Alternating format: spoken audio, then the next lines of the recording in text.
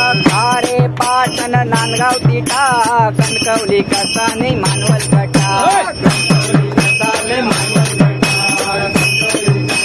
मानवल गटा इथे कोकणचा कुडाळ पावशी पांदूर तिठा पुढे मालवण किनारपट्टा